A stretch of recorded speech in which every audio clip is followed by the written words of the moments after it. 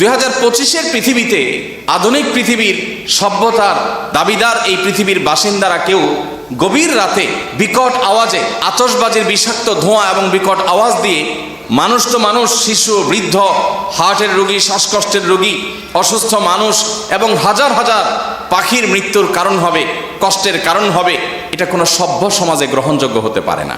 রাত 12টা 1 মিনিটে আপনি যখন উৎসবে মেতে উঠছেন, আপনি যখন চিৎকার চেঁচামেচি করছেন, আপনি যখন আনন্দ উৎসব হয়ে হুল্লোড় করছেন, তখন শত শত হাজার হাজার লক্ষ লক্ষ মানুষ ঘুমিয়ে আছে।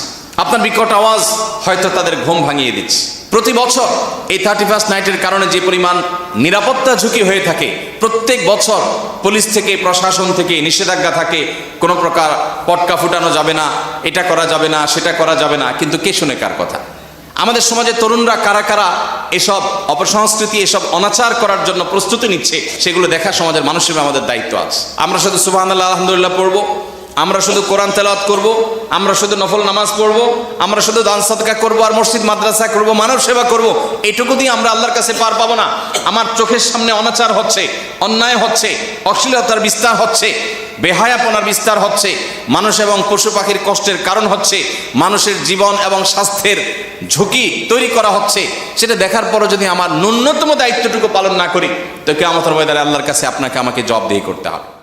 প্রতি বছরই যখন খ্রিস্টীয় নববর্ষ ঘনিয়ে আসে, দেশের অগণিত মানুষ আতঙ্কগ্রস্ত হয়ে পড়েন।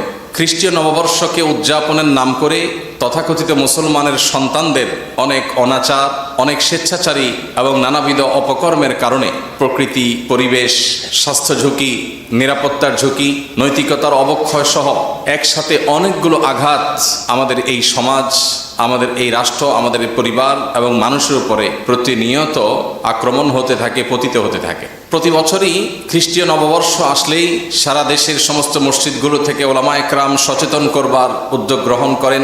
ইমাম সাহেবগণ মানুষকে অনাচার থেকে নিবৃত রাখবার জন্য পথনির্দেশ দিয়ে থাকেন। কিন্তু দুর্ভাগ্যজনক সত্য এবং বাস্তবতা হলো, কর্পোরেট ব্যবসায়ীরা তাদের বাণিজ্যিক স্বার্থে, এক শ্রেণীর মিডিয়া তাদের সামান্য হীন পার্থিব স্বার্থ চরিতার্থ করবার জন্য তরুণদেরকে ভোগবাদের নামে উন্মাদনা, উশৃঙ্খলা, মাদক এবং স্বেচ্ছাচারিতা, নানাবিধ অপকর্মের দিকে তারা ঠেলে দেয়, এবং যার ফলশ্রুতিতে দিন যত অতিবাহিত হচ্ছে, আমাদের তরুণদের একটা উল্লেখযোগ্য অংশ, এমনকি কিশোরদের একটা উল্লেখযোগ্য অংশ তারা বিভ্রান্তির পথে পা বাড়াচ্ছে, নৈতিক অবক্ষয় চরমে পৌঁছেছে। আমরা প্রতি বছরই আপনাদেরকে এই সময় আসলে স্মরণ করাবার চেষ্টা করি। নতুন বছরের প্রথম মুহূর্তকে, প্রথম দিনটিকে বিশেষভাবে উদযাপন করবার, আনন্দ উল্লাস এবং হৈহুল্লোড় করে কাটাবার এই কৃষ্টি, এই সংস্কৃতি এসেছে শত শত হাজার হাজার বছর আগে অগ্নিপূজকদের থেকে। অগ্নিপূজক, প্রকৃতি পূজারীরা মনে করত বছরের প্রথম দিন, প্রথম ক্ষণ, প্রথম মুহূর্তকে আনন্দ উল্লাস করে, হৈহুল্লোড় করে, উৎসব করে, ভালো কিছু খেয়ে দেয়ে যদি কাটানো যায়, তাহলে সারা বছর ভালো থাকা যায়। এই কুসংস্কারাচ্ছন্ন, অযৌক্তিক, অবৈজ্ঞানিক এবং ভুল ভ্রান্ত বিশ্বাসের উপর ভিত্তি করে তারা উদযাপন করত নওরোজ। রোজ মানে দিন, ন মানে নতুন, নওরোজ মানে হলো নতুন দিন। মূলত নওরোজ নামে এই নববর্ষ বা বছরের প্রথম প্রহর, প্রথম দিন, এই নতুন দিনটাকে উদযাপন করবার এই সংস্কৃতি অগ্নিপূজকদের থেকে আমাদের এখানে এসেছে, গোটা বিশ্বময় ছড়িয়েছে। পরবর্তীতে অগ্নিপূজকদের এই কৃষ্টি, এই সংস্কৃতিকে ধারণ করেছে খ্রিস্টানরা। খ্রিস্টীয় বর্ষ যখন শুরু হয়, তখন বিশ্বব্যাপী খ্রিস্টানদের মধ্যে এটিকে উদযাপন করবার, বিশেষভাবে উৎসব উল্লাস করে কাটাবার একটা কৃষ্টি আজ আমরা গোটা দুনিয়াতে দেখতে পাচ্ছি। প্রশ্ন হলো, নববর্ষ উদযাপনের এই যে প্রক্রিয়া, এই যে পদ্ধতি, এটা কতটা যৌক্তিক, এটা কতটা গ্রহণযোগ্য? সর্বপ্রথম যে বিষয়টি চলে আসে সেটা হলো, যে বিশ্বাস থেকে নববর্ষ বা বছরের প্রথম মুহূর্তকে উৎসব করে, উল্লাস করে, হৈহুল্লোড় করে কাটানো হয়, সেই যৌক্তিকতা বা সেই দাবি, এটা যে অসার, সেটা যে বিভ্রান্তি, সেটা যে নিছক কুসংস্কার, সেটা বোঝার জন্য কোনো পণ্ডিত হওয়ার প্রয়োজন নেই। সবচেয়ে দুঃখজনক অধ্যায় হলো, আমাদের সমাজের যে অংশটা নিজেদেরকে তথাকথিত বিজ্ঞান মনস্ক বলে দাবি করে, যারা মনে করে যে তারা বিজ্ঞান মনস্ক, তারা সব কিছু বৈজ্ঞানিক বিশ্বাস, অভিজ্ঞতার ভিত্তিতে তারা করে থাকে, সেই মানুষগুলোই মূলত 31st নাইটের এই উন্মাদনায় গা ভাসায়। একদিকে যারা নিজেদেরকে বিজ্ঞান মনস্ক বলছে, অপরদিকে তারা নতুন বছরের প্রথম মুহূর্তে হই হুল্লোড় করছে। কেন হই হুল্লোড় করছে? এই প্রশ্ন যদি আমি আমার সে সকল তরুণ বন্ধুদের কাছে রাখি, আমি জানি না তারা কি উত্তর দিবেন। প্রত্যেকটা হাসির একটা কারণ থাকে, প্রতিটা কান্নারও একটা কারণ থাকে। কোনো না কোনো কারণ ছাড়া মানুষ হাসলে বা কান্না করলে তাকে মানুষ সুস্থ মানুষ বলে না। প্রতিদিনই রাত 12টা 1 মিনিট আসে, আপনি 365 দিনের অন্য কোনো দিন রাত 12টা 1 মিনিটে হই হুল্লোড় করেননি, আনন্দ উৎসব করেননি। 31শে ডিসেম্বর দিবাগত রাতে 12টা 1 মিনিটে কি এমন হয়েছে যার ফলে আপনি আনন্দ উৎসবে মেতে উঠছেন 12টা 1 বাজার সাথে সাথে? এই আনন্দের কারণটা কি এমন ঘটেছে যে আপনি খুশি হয়ে গেছেন? উত্তর হয়তো আসবে যে একটা নতুন বছর আসছে। তো একটা নতুন বছর আসলে যদি আনন্দিত হয়, তাহলে যে মুহূর্তে একটা নতুন বছরকে আপনি ওয়েলকাম করছেন, ঠিক তার 1 মুহূর্ত আগেই একটা বছর গত হয়েছে। কারোর আগমন যদি আপনার আনন্দের কারণ হয়, তাহলে তার বিদায় আপনার বেদনার কারণ হবে। এই সহজ কথাটা বোঝার জন্য কোনো শিক্ষিত মানুষ হওয়ার দরকার নেই। যে ব্যক্তি আসলে আপনার খুশি হয়, তার বিয়োগ বেদনা, তার বিরহ, তার বিদায়, এটা আপনার কষ্টের কারণ হবে। 1 মুহূর্ত আগেই একটা বছর শেষ হয়ে গেল, সেজন্য তো আপনি কাঁদেন নাই, সেজন্য তো আপনি বেদনাহত হন নাই, সেজন্য তো আপনি কষ্ট পান নাই। তাহলে নতুন বছর আসছে, সেজন্য আপনি খুশি হচ্ছেন কোন যুক্তিতে? সকল নতুন কি মানুষের আনন্দের কারণ? নতুন কিছু আসলেই কি মানুষ আনন্দ করবে, উৎসব করবে? জীবনে প্রথম কেউ বাঘ এবং সিংহের মুখোমুখি হয়েছে সরাসরি, প্রথম, ফার্স্ট টাইম, কি বলেন? আনন্দে হো হো করে হেসে দিবে না যে বাঘ সিংহ দেখেছি আমি মোবাইল স্ক্রিনে কিংবা খাঁচার ভেতরে, এখন আমার সামনে একেবারে বাঘ হাজির, সাপ হাজির, সিংহ হাজির, হিংস্র কোনো প্রাণী হাজির। মানে নতুন একটা প্রাণীকে একটা নতুনভাবে দেখেছি, এই খুশিতে, এই আনন্দে মানুষ হো হো করে হেসে দিবে। আল্লাহ রাব্বুল আলামিন বলেছেন কোরআনে কারীমে, কুল্লু নাফসিন যায়িকাতুল মাউত, প্রত্যেক প্রাণীকে মৃত্যুর স্বাদ আস্বাদন করতে হবে। প্রতিটা প্রাণীকে মৃত্যুর স্বাদ আস্বাদন করতে হবে। আমরা পৃথিবীতে যখন এসেছি, এই পরোয়ানা নিয়েই এসেছি যে আমাকে একটি প্রাণী হিসাবে একদিন মৃত্যুবরণ করতে হবে। সেই দিনটা কখন আমি জানি না, কিন্তু একজন ইমানদার হিসাবে আমি বিশ্বাস করি, আমি গভীরভাবে মনে প্রাণে এই ধারণা পোষণ করি, জানি, বিশ্বাস করি যে আল্লাহ রাব্বুল আলামিন আমার জন্য হায়াতের যেই সময়টা বাজেটে রেখেছেন, তার 1 মুহূর্ত বেশি আমি থাকতে পারবো না, আগেও আমি যেতে পারবো না। অতএব আল্লাহ রাব্বুল আলামিন যে আমার সীমাবদ্ধ হায়াত দিয়ে পাঠিয়েছেন, একটা বছর শেষ হয়ে যাওয়া মানে হলো জীবন থেকে একটা বছর খসে পড়া, আমার কবর আরো কাছাকাছি আসা। মৃত্যুদণ্ডপ্রাপ্ত কোনো আসামি যার যে কোনো সময় যে কোনো দিন মৃত্যুদণ্ড হতে পারে, মৃত্যুদণ্ডের পথে, দণ্ড কার্যকর করার পথে আর কোনো বাধা নেই, সেই ব্যক্তি, তার কাছে নতুন সকাল কিংবা নতুন সন্ধ্যা কখনো আনন্দের কারণ হয় না। কারণ সে জানে একটা সকাল আসা মানে হলো তার জীবন থেকে একটা রাত শেষ হয়ে গেল, হতে পারে সে আর কোনো রাত পাবে না। একটা সন্ধ্যা আসা মানে হলে হয়তোবা তার জীবন থেকে সর্বশেষ দিনটি পার হয়ে গেল, আর কোনো সূর্যের আলো সে দেখবে না। আমরা মৃত্যুদণ্ডপ্রাপ্ত আসামির মতো হুবহু না, কিন্তু আমরা মৃত্যুর পরোয়ানা নিয়েই দুনিয়াতে এসেছি। প্রাণ আছে মানেই হলো মৃত্যুর স্বাদ আমাকে আস্বাদন করতেই হবে। এরকম একজন মানুষ এরকম একটি বাস্তবতায় দাঁড়িয়ে নতুন একটি বছর আসলেই কিভাবে সে আনন্দিত হয়, কিভাবে সে উৎসব করে, কিভাবে সে হই হুল্লোড় করে। সম্মানিত ভাইরা, আমাদের বিবেকগুলোকে যদি আমরা একটু খরচ করার চেষ্টা করি, আমরা যারা নিজেদেরকে লজিক এবং যুক্তির অনুসারী এবং বিজ্ঞান মনস্ক বলে দাবি করি, আমরা যদি নিজেদেরকে প্রশ্ন করি যে 31st নাইটে 31শে ডিসেম্বর রাত 12টা 1 মিনিটে কি এমন হয়েছে যে আমি উৎসব করছি, সত্যি বলতে এই উৎসবের পেছনে যৌক্তিক কোনো কারণ খুঁজে পাওয়া যাবে না। মুসলমান ঈদ উল ফিতর যে উৎসব করে, সেই উৎসবের পেছনের কারণ হলো রমাদানের মাস ব্যাপী যে আল্লাহর ইবাদত বন্দেগী হয়ে থাকে, এই দিনে আল্লাহ রাব্বুল আলামিন বান্দাকে পুরস্কার দেন, সেজন্য বান্দা আনন্দ করে, উৎসব করে। জিলহজের প্রথম 10টি দিন ইবাদতের দশক, জিকির আজকার, ইবাদত বন্দেগী, নফল রোজা ইত্যাদি করার পর আল্লাহ রাব্বুল আলামিন জিলহজের প্রথম দশকের শেষ দিন বা 10 তারিখ 10 জিলহজ ঈদুল আজহা করার এই নিয়ামত আমাদেরকে দিয়েছেন। প্রত্যেকটা উৎসবের একটা কারণ থাকে, কিন্তু এই উৎসবের কোনো কারণ, কোনো যৌক্তিক গ্রাউন্ড আপনি খুঁজে পাবেন না। উপরন্তু এই উৎসবের পেছনে যে সমস্ত অনাচার আছে, সেই সমস্ত অনাচারের কারণে এটাকে সামাজিকভাবে বন্ধ করবার, থামাবার উদ্যোগ গ্রহণ করা আমাদের প্রত্যেকটা মানুষের কর্তব্য। প্রতি বছর 31st নাইটকে কেন্দ্র করে যে সমস্ত অনাচার হয়, সেগুলো আমরা নানাভাবে জানার চেষ্টা করি, জানার সুযোগ তৈরি হয়। এর পেছনে যে সমস্ত অনাচারগুলো আছে, এর মধ্যে একটা বড় অনাচারের বিষয় হলো এর পেছনে স্বাস্থ্য ঝুঁকি আছে। অনেক অসুস্থ মানুষকে মৃত্যুর দিকে ঠেলে দেওয়া হয় এই অপসংস্কৃতির কারণে। আতশবাজির কারণে আকাশে যে ধোঁয়ার সৃষ্টি হয়, এই ধোঁয়ার ফলে বিষাক্ত যে পদার্থ তৈরি হয়, সেটা সাধারণ এবং স্বাভাবিক যে পদার্থ থাকে সেটার চাইতে কয়েক গুণ বেড়ে এমন একটা পর্যায়ে পৌঁছে যে বিশেষজ্ঞগণ বলছেন এর কারণে বৃদ্ধ, শিশু এবং শ্বাসকষ্টে যে সমস্ত রোগীরা ভোগেন, এটা তাদের জন্য নীরব ঘাতকের মতো একটা ভূমিকা অবতীর্ণ হয়। মানুষের কান যে পরিমাণ শব্দ নিতে পারে, যে পরিমাণ আওয়াজ সহনশীল, যে পরিমাণ সহ্য ক্ষমতা মানুষের কানের আছে, সেটার চাইতে বেশ খানিকটা বেশি বিকট আওয়াজ তৈরি হয় আতশবাজির আওয়াজের কারণে, যেটার ফলে অনেক হার্টের রোগী তাদের হার্ট অ্যাটাকের সম্ভাবনা বেড়ে যায়, অনেক শিশু হার্ট অ্যাটাকের সম্ভাবনা তাদের বেড়ে যায় দুর্বল হার্ট হওয়ার কারণে। এবং প্রতি বছর আপনারা সোশ্যাল মিডিয়াতে বিভিন্ন মূলধারা মিডিয়ার মাধ্যমে দেখতে পান যে হাজার হাজার পাখি এই বিকট আওয়াজের কারণে হার্ট অ্যাটাকে সেগুলোরও মৃত্যু হয়ে থাকে। 2025-এর পৃথিবীতে, আধুনিক পৃথিবীর সভ্যতার দাবিদার এই পৃথিবীর বাসিন্দারা কেউ গভীর রাতে বিকট আওয়াজে আতশবাজির বিষাক্ত ধোঁয়া এবং বিকট আওয়াজ দিয়ে মানুষ তো মানুষ, শিশু, বৃদ্ধ, হার্টের রোগী, শ্বাসকষ্টের রোগী, অসুস্থ মানুষ এবং হাজার হাজার পাখির মৃত্যুর কারণ হবে, কষ্টের কারণ হবে, এটা কোনো সভ্য সমাজে গ্রহণযোগ্য হতে পারে না। রাত 12:01 আপনি যখন উৎসবে মেতে উঠছেন, আপনি যখন চিৎকার চেঁচামেচি করছেন, আপনি যখন আনন্দ উৎসব হয়ে হুল্লোড় করছেন, তখন শত শত হাজার হাজার লক্ষ লক্ষ মানুষ ঘুমিয়ে আছে। আপনার বিকট আওয়াজ হয়তো তাদের ঘুম ভাঙিয়ে দিচ্ছে। প্রতি বছর এই 31st নাইটের কারণে যে পরিমাণ নিরাপত্তা ঝুঁকি হয়ে থাকে, প্রত্যেক বছর পুলিশ থেকে, প্রশাসন থেকে নিষেধাজ্ঞা থাকে, কোনো প্রকার পটকা ফুটানো যাবে না, এটা করা যাবে না, সেটা করা যাবে না, কিন্তু কে শুনে কার কথা? গত কয়েক বছর আগে আপনারা দেখেছেন, সবগুলো গণমাধ্যমে ফলো করে প্রকাশিত হয়েছে যে এই আতশবাজি থেকে একজন নারী উদ্যোক্তা তার প্লাস্টিকের প্রোডাক্টগুলো তিনি তার বাড়ির ছাদে প্রস্তুত করে রেখেছিলেন ডেলিভারি দেওয়ার জন্য। এটাই তার সংসার চলার একমাত্র অবলম্বন ছিল।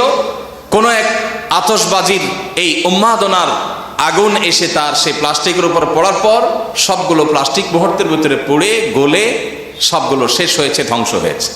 এবং তার সে কান্না, তার সে বেদনা, সেটা গণমাধ্যমের মাধ্যমে আমরা সবাই কম বেশি দেখেছি। আজও পর্যন্ত এই আতশবাজির এই অপসংস্কৃতিকে আসামের কাঠগড়ায় দাঁড় করিয়ে এটাকে বন্ধ করবার কোনো উদ্যোগ আমরা গ্রহণ করতে পারি নাই। আমাদের সবারই খুব ভালো করে মনে থাকার কথা সেই শিশুর কথা, যে শিশু আতশবাজির এই বিকট আওয়াজের কারণে মায়ের কোলে মৃত্যুবরণ করেছিল, এবং বিষয়টা আদালত পর্যন্ত গড়িয়েছে, কিন্তু আতশবাজি এখনো এদেশে বন্ধ হয়নি। 31st নাইটের এই সমস্ত অপসংস্কৃতি, এই সমস্ত অপকালচার, এগুলো পশ্চিমা দুনিয়া থেকে আমাদের দেশে যারা আমদানি করছে, তারা এদেশের তরুণদের নষ্ট করছে, আমাদের কিশোরদেরকে ধ্বংসের দিকে তারা নিয়ে যাচ্ছে। এমনিতেই আমাদের তরুণ এবং কিশোরদের মধ্যে নৈতিকতার তেমন কোনো চর্চা নেই, বালাই নেই। আমরা দেখতে পাচ্ছি একটা প্রজন্ম গড়ে উঠছে যাদের কাছে ভোগ ছাড়া আর কিচ্ছু নেই, যারা শুধুমাত্র হিয়ালিপনা জানে, উৎসব উল্লাস জানে, হৈ হুল্লোড় জানে, ফুর্তি করা জানে। এরকম একটা প্রজন্ম যখন গড়ে উঠছে, তখন পশ্চিমা দুনিয়া থেকে এই সমস্ত অপসংস্কৃতিগুলোকে আমদানি করে মরার উপরে খড়ার ঘায়ের মতো আমাদের তরুণকে, আমাদের তারুণ্যকে, আমাদের কিশোরদেরকে ধ্বংসের দ্বারপ্রান্তে নিয়ে যাওয়া হচ্ছে। প্রিয় ভাইরা আমার, সময় এসেছে এই অপসংস্কৃতির বিরুদ্ধে আমাদের প্রত্যেকটা মানুষকে রুখে দাঁড়াবার। প্রত্যেকটা সমাজে, প্রতিটা মসজিদ এবং মহল্লা থেকে 31st নাইটের এই অপসংস্কৃতি এবং এই অনাচার, এটা প্রতিরোধে কমিটি হওয়া দরকার। আইন হাতে তুলে নেওয়া নয়, কিন্তু অধিকারের নামে কেউ অনাচার করতে চাইলে, পরিবেশকে বিপর্যস্ত করতে চাইলে, মানুষের জীবন এবং স্বাস্থ্যের ঝুঁকির কারণ হতে চাইলে, কোনো মানুষ, কোনো পশু পাখি এবং পরিবেশকে ক্ষতিগ্রস্ত করতে চাইলে সেটা বাধা দেওয়া, সেটা বন্ধ করবার জন্য সামাজিক উদ্যোগ গ্রহণ করা, এটা আমাদের প্রত্যেকটা মানুষের নৈতিক দায়িত্ব। চেষ্টা করবো তো আমরা ইনশাআল্লাহ। যে সমস্ত বাবা মা নিজেদের তরুণ এবং কিশোর সন্তানদেরকে 31st নাইটের এই উন্মাদনা করতে সহযোগিতা করেন, অনেক বাবা মা আছেন নিজে হয়তো নামাজ কালামও পড়েন, অথচ তার সন্তান বিপদগামী হচ্ছে, অপসংস্কৃতির দিকে পা বাড়াচ্ছে, কিন্তু তিনি দেখেও না দেখার ভান করছেন, বুঝেও না বুঝার ভান করছেন, বরং অনেক ক্ষেত্রে সন্তানকে টাকা দিয়ে তার এই অপকর্ম করতে সাহায্য করছেন। মনে রাখবেন, প্রত্যেকটা আতশবাজি বহু প্রাণীর বদদোয়া, বহু প্রাণীর ক্ষতি, বহু মানুষের ক্ষতি, অনেকের কষ্টের কারণ। আপনি অগণিত মানুষের প্রতি যে জুলুম করছেন, এই জুলুমের প্রতিকার করবার সুযোগও দুনিয়াতে পাবেন না, কারণ এই মানুষগুলোকে খুঁজে খুঁজে মাপ চাওয়ার সুযোগ হয়তো পাবেন না। প্রত্যেকটা অপকর্মের দায় কম বেশি আপনাকে দুনিয়াতে বহন করতে হবে, আখিরাত তো আছেই। প্রিয় ভাইরা আমার, বিশেষ করে ঢাকা শহরের মতো এমন একটি শহর, যে শহর বায়ু দূষণের ক্ষেত্রে পৃথিবীর টপ 3-4টি শহরের মধ্যে সব সময় থাকে, এরকম একটা শহরের মধ্যে যদি একটি রাতে শত শত হাজার হাজার আতশবাজি দিয়ে আকাশকে ধোঁয়াশাচ্ছন্ন করা হয়, পরিবেশকে ধ্বংস করা হয়, তাহলে সেটা কোনো অবস্থাতে আমাদের কাছে গ্রহণযোগ্য হওয়ার কথা নয়। যেই ঢাকা শহরের উপর দিয়ে পরিপূর্ণরূপে বৈদ্যুতিক তারের জাল বিছানো আছে, আমরা যেদিকে তাকাই আমাদের মাথার উপরে বৈদ্যুতিক তারের বিশাল জাল নেটওয়ার্ক গোটা ঢাকা শহর জুড়ে আছে। চিটাগাং শহর, বড় বড় শহরগুলো সবগুলো বৈদ্যুতিক তারের জালের নিচে। এইরকম একটা শহরে আতশবাজির আগুন যখন উপরে ছোঁড়া হয়, সেখান থেকে দুর্ঘটনায় শত শত হাজার হাজার মানুষও যদি মারা যাওয়ার মতো ঘটনা ঘটে, তবে সেটা অবাক হওয়ার মতো কোনো বিষয় থাকবে না। এই সব কিছু জেনে বুঝে আমরা যেন দেখেও না দেখার ভান করছি। আমরা গেল সপ্তাহে বলেছি, একজন মুসলমান তিনি সৎ কাজের আদেশ এবং অসৎ কাজে বাধা প্রদান করতে হবে। শুধু ব্যক্তিগত নেকামল দিয়ে কেউ আল্লাহর কাছে প্রিয় পাত্র বা মুত্তাকি বা ভালো মুসলমান হতে পারবে না। ভালো মুসলমান হওয়ার জন্য আমাকে অন্যায়ের বিরুদ্ধে কথা বলতে হবে, অন্যায়ের বিরুদ্ধে অবস্থান নিতে হবে। আমি জানি এটা অন্যায়, কিন্তু আমি মুখ খুলছি না, আমার নিজেকে নিয়ে আমি ব্যস্ত আছি। এটা স্বার্থপর মানুষের কাজ, এটা কোনো মুসলমানের কাজ হতে পারে না। আমরা প্রত্যেক মুসলমান যদি আজ অসৎ কাজে বাধা প্রদান করবার এই কাজটাকে সঠিকভাবে আঞ্জাম দিতাম, তাহলে সমাজে এই সমস্ত অনাচার ঘটতো না। আপনি গান শুনবেন, আনন্দ উৎসব করবেন, ফুর্তি করবেন, এটা একান্ত আপনার ব্যক্তিগত বিষয়। কিন্তু আপনার আনন্দ উৎসব আমার বেদনার কারণ হতে পারে না, আপনার ফুর্তি আমার কষ্টের কারণ হতে পারে না। এটা কোনো সমাজে গ্রহণযোগ্য না, কোনো যুক্তিতে এটা কেউ করতে পারে না। কিন্তু সমাজের উচ্ছৃঙ্খল তরুণরা এই 31st নাইট উদযাপন করবার জন্য যে সমস্ত আয়োজন করে, অনেক ভবনের ছাদে এই সমস্ত অনাচার যখন হয়, আমরা অনেকে দেখেও না দেখার ভান করে থাকি। বাড়ি মালিকদের কর্তব্য ভবনের ছাদগুলো সব তালা মেরে রাখা, অভিভাবকদের কর্তব্য সন্তানদের দেখে শুনে রাখা, তাদেরকে বোঝানো, কাউন্সিলিং করা যে এ কেমন উৎসব, যে উৎসব বহু পাখির মৃত্যুর কারণ হবে। প্রতি বছর আপনারা দেখেন বিভিন্ন স্থাপনা, বিল্ডিংয়ে, বিভিন্ন জায়গায়, বিশেষ করে পরিত্যক্ত ভবনে, বিভিন্ন ব্রিজ কালভার্টের নিচে, বিভিন্ন জায়গায় অসংখ্য পাখিরা ছুটোছুটি করতে থাকে, হুড়োহুড়ি করতে থাকে। কারণ বিকট আওয়াজ এটা তাদের হার্ট অ্যাটাকের কারণ হয়, তাদের কষ্টের কারণ হয়, এবং মৃত্যুর মুখে বহু পাখি ঝরে পড়ে। তো একজন অভিভাবক হিসাবে আমাদের সন্তানদের প্রতি আমাদের দায়িত্ব আছে। আমাদের সমাজের তরুণরা কারা কারা এসব অপসংস্কৃতি, এসব অনাচার করার জন্য প্রস্তুতি নিচ্ছে, সেগুলো দেখা সমাজের মানুষ হিসেবে আমাদের দায়িত্ব আছে। আমরা শুধু সুবহানাল্লাহ আলহামদুলিল্লাহ পড়বো, আমরা শুধু কোরআন তেলাওয়াত করব, আমরা শুধু নফল নামাজ পড়বো, আমরা শুধু দান সাদকা করবো আর মসজিদ মাদ্রাসা করব, মানব সেবা করব, এইটুকু দিয়ে আমরা আল্লাহর কাছে পার পাবো না। আমার চোখের সামনে অনাচার হচ্ছে, অন্যায় হচ্ছে, অশ্লীলতার বিস্তার হচ্ছে, বেহায়াপনার বিস্তার হচ্ছে, মানুষ এবং পশু পাখির কষ্টের কারণ হচ্ছে, মানুষের জীবন এবং স্বাস্থ্যের ঝুঁকি তৈরি করা হচ্ছে, সেটা দেখার পরও যদি আমার ন্যূনতম দায়িত্বটুকু পালন না করি, তো কিয়ামতের ময়দানে আল্লাহর কাছে আপনাকে আমাকে জবাবদিহি করতে হবে। প্রিয় ভাইরা আমার, আমাদের প্রত্যেকটা মানুষকে সচেতন হতে হবে, অন্যদেরকে সজাগ করতে হবে, সচেতন করতে হবে। আল্লাহ আমাদের সবাইকে সেই তৌফিক দান করুন। প্রিয় ভাইরা আমার, এই 31st নাইটের এই অপসংস্কৃতি, একে তো এটার পেছনে অগ্নিপূজকদের কুসংস্কারাচ্ছন্ন বিশ্বাস আছে। কোন মুসলমান বা তথাকথিত বিজ্ঞান মনস্ক হওয়া দাবিদার কোনো মানুষও এই সংস্কৃতিকে তার গায়ে মাখাতে পারে না। দ্বিতীয়ত, এর পেছনে এত পার্থিব ক্ষতি আছে, এর পেছনে অনেক অনাচার আছে, সেগুলোর পাশাপাশি আমাদের চোখের সামনে দেখা স্পষ্ট যে ক্ষতিগুলো আছে, সেগুলোর হাত থেকে মানুষকে বাঁচাবার জন্য আমরা প্রত্যেকটা মানুষ এটার বিরুদ্ধে দাঁড়াবার কথা। প্রতি বছর 31st নাইট উপলক্ষে আমাদের দেশের দামি দামি হোটেল রেস্তোরাঁগুলোতে যে সমস্ত বড় বড় গানের এবং আমোদের আসর বসে, যে পরিমাণ মাদকের ছড়াছড়ি হয়, যে পরিমাণ অর্থের অপচয় হয়, তার সিকি ভাগও যদি ব্যয় করা হতো, তাহলে দেশে শীতে কম্পমান শত শত হাজার হাজার বনি আদমের শীত নিবারণের ব্যবস্থা হয়ে যেত। দুর্ভাগ্য আমাদের, আমরা টাকা আকাশে আগুনে পোড়াচ্ছি। আপনি আতশবাজি করছেন না, আপনি মূলত টাকা পোড়াচ্ছেন। অথচ আপনি যেই ছাদের উপর দাঁড়িয়ে আকাশে ছুঁড়ে টাকা পোড়াচ্ছেন, ঠিক তখনও যদি আপনি নিচের দিকে তাকান, হয়তো দেখতে পাবেন রাস্তার ধারে কোনো অসহায় শিশু মায়ের কোলে ঘুমেছিল। আতশবাজির আওয়াজে, আলোতে, বিকট শব্দে, ধোঁয়ায় সে নানাভাবে হয়তো তার ঘুম ভেঙে গেছে। সে তার মাকে জিজ্ঞাসা করছে, মা আকাশে কি এটা? বহু মানুষ এই শীতের কষ্টে ভালো করে উপার্জন করবার সুযোগ পাচ্ছে না। আপনি কুড়িগ্রাম, পঞ্চগড় এবং যশোর, কুষ্টিয়া বর্ডার এলাকার অনেক জেলাগুলোতে গেলে দেখতে পাবেন যে অনেক দিনমজুর এই তীব্র শীতের কারণে কাজ করতে যেতে পারে না, কাজ পায় না বা কাজ করতে যেতে পারে না। খাদ্যের অভাবে তারা রীতিমতো দিনাতিপাত করতে হয়। সেই সমাজের বুকের উপর দাঁড়িয়ে আপনি আকাশে আগুনে টাকা পোড়াবেন, এই বিষয়টি আমাদের বিবেককে একটা বার যদি আমরা প্রশ্ন করি, এটা কোনো বিবেকবান মানুষ করতে পারেন কিনা? আনন্দ উৎসব তো ইসলামে নিষেধ না। মানুষ বেঁচে থাকার জন্য হাসি, কান্না সবগুলোই মানুষের জীবনের অংশ, এগুলোর দরকার হয়। কিন্তু আপনার এমন একটা উৎসব, যে উৎসবের পেছনে কোনো যৌক্তিক গ্রাউন্ড নেই, যে উৎসব বহু মানুষের কষ্টের কারণ হয়, আবার যে উৎসবে অর্থের অপচয় হয়, যে উৎসবে ভোগবাদের চর্চা হয়, যেটাতে নৈতিকতার এবং আদর্শের কবর রচনা হয়, যেটা ভিন জাতি এবং ভিন দেশিদের কালচারকে ওয়েলকাম করে নিজের দেশীয় কালচারকে নিভিয়ে দেওয়া হয়, সেই সংস্কৃতি কিভাবে একজন তরুণ, কিভাবে একজন বিবেকবান মানুষ, কিভাবে একজন সচেতন নাগরিক গ্রহণ করতে পারে? প্রিয় ভাইরা আমার, এই জন্য আমি আপনাদের প্রতি উদাত্ত আহ্বান রাখতে চাই, এই অনাচার রোধে প্রত্যেকটা পরিবার থেকে আমাদেরকে পদক্ষেপ নিতে হবে। আমাদের সন্তানদেরকে বোঝাতে হবে, তাদেরকে কাউন্সেলিং করতে হবে, তাদের বিবেকের কাছে প্রশ্ন তুলে দিতে হবে, ছড়িয়ে দিতে হবে।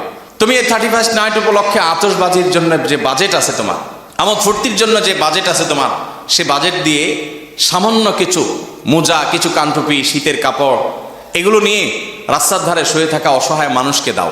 আল্লাহর শপথ করে বলতে পারি, তোমার আতশবাজি তোমাকে যদি একটু আনন্দ দেয়, তো এই গরিব অভাবী মানুষগুলোর গায়ে উষ্ণতা ছড়িয়ে দেওয়ার কারণে তুমি এর চাইতে বেশি আনন্দ পাবে।